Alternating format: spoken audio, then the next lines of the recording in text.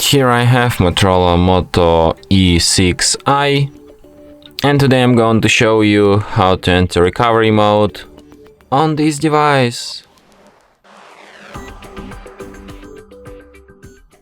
So to do this, firstly you have to turn your device off by holding down power key, then tap power off, and after it turns off completely, hold down combination of keys power key plus volume down at the same time for a couple of seconds like this. And after a few seconds, when the screen turns on and Motorola logo appears, you can release power key and keep holding only volume down.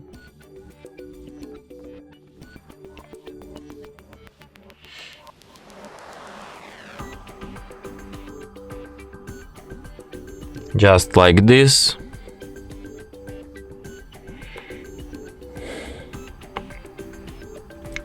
And after that you'll end up in recovery mode. So here at the recovery you can use volume keys to navigate and power key to select, and you have such options as reboot system now, reboot to bootloader, enter fastboot, apply update from ADB, apply update from SD card, wipe data factory reset, wipe cache partition, mount system, view recovery logs, run graphics test, run local test, and power off.